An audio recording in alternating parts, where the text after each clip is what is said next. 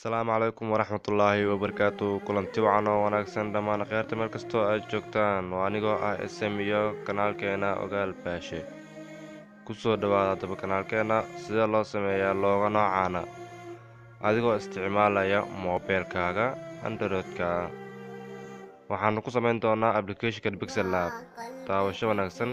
Asalaamu calaykum. Please subscribe kanaalka kadibna taawa calaamada gambarelka notification-ka si aad ula socoto barnaamij walba oo aan soo gelino.